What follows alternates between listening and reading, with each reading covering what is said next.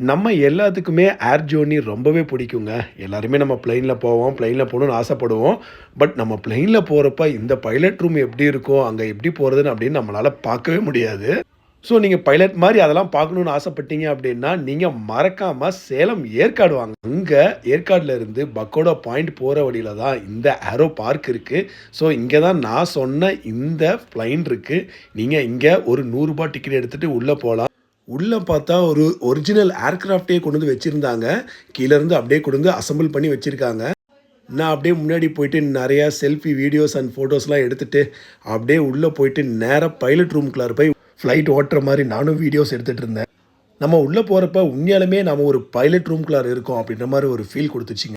உள்ள சீட்டிங் அரேஞ்ச்மெண்ட்லாம் உண்மையாலுமே ஒரு ஏர்கிராஃப்ட்ல எப்படி இருக்குமோ, அதே மாரி தான் இருந்துச்சு. செம்ம ஸ்பேசியஸா சூப்பரா இருந்துச்சுங்க. ஸோ நீங்களும் ஏற்காடு வந்தீங்கன்னா, மறக்காம இந்த இடத்த மிஸ் பண்ணாதீங்க. Thank you friend. Thanks for வாட்சிங்.